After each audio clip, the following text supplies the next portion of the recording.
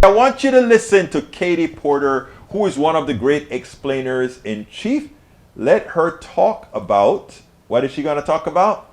She's going to explain what our economy is really like, dispel the rumors, dispel the lies. So here we go.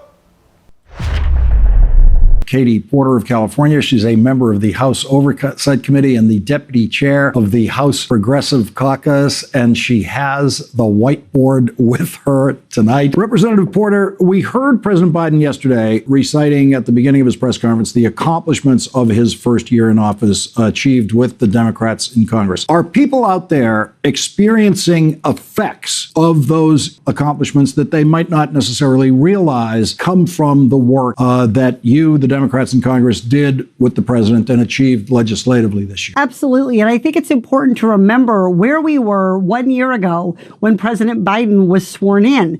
Families were struggling to put food on the table. We were still continuing to have a lot of job losses. Many schools were closed. We are in a much, much better situation today. In fact, where our economy is today is quite remarkable. And we now have, in fact, the fastest growing economy in this country that we've had in decades. So the American Rescue Plan, which Congress passed into law very quickly upon President Biden's election, actually has resulted in really fast economic growth. So the United States today is experiencing about 5.5% growth in GDP. Now, when you compare this to our other nations, the G7, the seven most advanced economies in the world, our global competitors, none of them are even yet having positive GDP growth, a measure of our economy.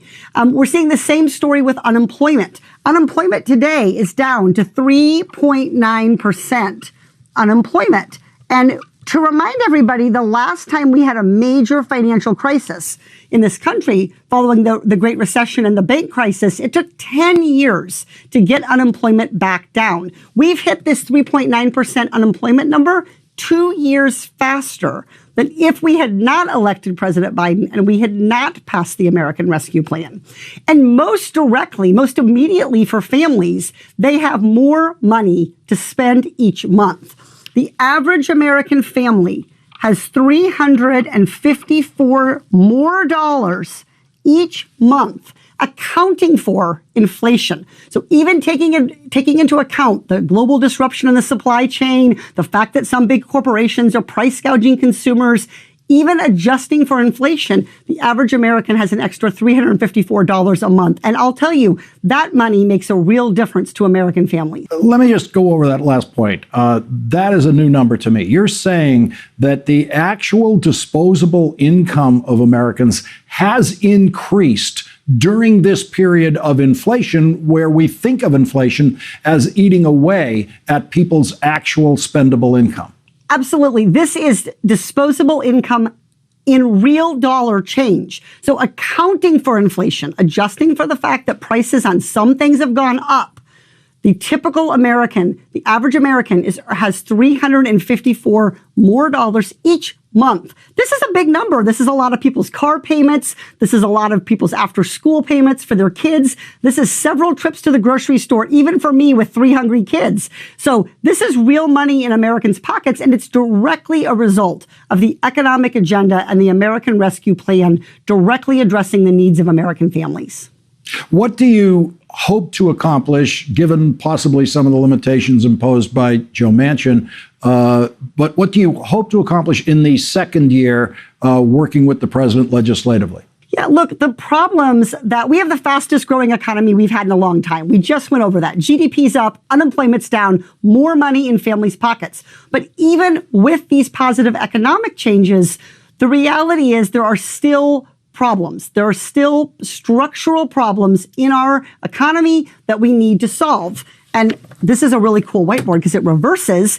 I want to talk about what the costs are of not acting, what the cost is of having Joe Manchin or others block action in the Senate. For example, if we do not pass legislation to allow Medicare to negotiate drug prices, we are losing $8 billion a year. This is what it costs taxpayers because Medicare cannot negotiate drug prices. We have to pass this legislation to get this done. This is a problem even in the strongest economy because essentially we allow drug companies to hold American taxpayers hostage. Similar on climate, if we do not pass meaningful legislation to address climate change, we are spending right now $145 billion a year cleaning up and dealing with the consequences of climate-related disasters, wildfires, floods. $145 billion, this price tag, the price tag of not acting, makes the cost of passing this legislation look cheap. And this one is my favorite. $1 trillion. This is the cost of not fully funding the IRS. And so and per year, this is the lost money. So if we would do these things, if we would take action, bring down the cost of prescription drugs, $8 billion a year savings. Take action to address climate change, $145 billion in savings. Fully fund our IRS so that everyone pays what they already owe. This isn't making any changes to the tax code. It's just making sure we let the IRS collect the taxes that are already owed and doing. These are the costs of not acting. So when we hear people say the bill would cost this much, legislation would cost that much, I think it's really, really important that the American people understand what President Biden is trying to do, what Congress is trying to do with these kinds of changes is actually save money. That's what's on the table for year two. And it's really important that we take these actions now when we do have a strong economy. And that's what President Biden has set us up to do in year two. You know, as you mentioned it, I have not heard Joe Manchin and his concerns about inflation ever mention prescription drug prices as part of the inflation burden. No, but it's absolutely true. Prescription drug prices, childcare costs, these are some of the fastest growing, elder care, these are some of the fastest growing areas of expense. So when you talk to families, even as they're having more income, there are some of these prices and some of these costs that are going up, and we need to address them. And the time to do it is now when we have low unemployment, when we have big GDP growth. This is the time to begin to address these structural problems. And there's just, again, the price tag of legislating gets so much attention. What doesn't get enough attention is the price tag of not acting. What doesn't get attention is the price tag of not acting. You know, it is sad. It is sad. Joe Manchin went up on the floor of the Senate and lied. He said that the filibuster, that that never has the Senate ever had cloture, or something to that effect, that he said, wanting to believe that the filibuster has always been in effect. It's a complete lie. He didn't say it. He just had a placard behind him that pretty much says, oh, we always needed more than a simple majority to pass anything in the Senate. He lied. He lied. He lied. The truth of the matter is as follows. Most Americans want the policies that progressives are putting out there. And we have elitist traders that have decided that they know better than what most people say they want. And in the process, they have hurt millions of Americans.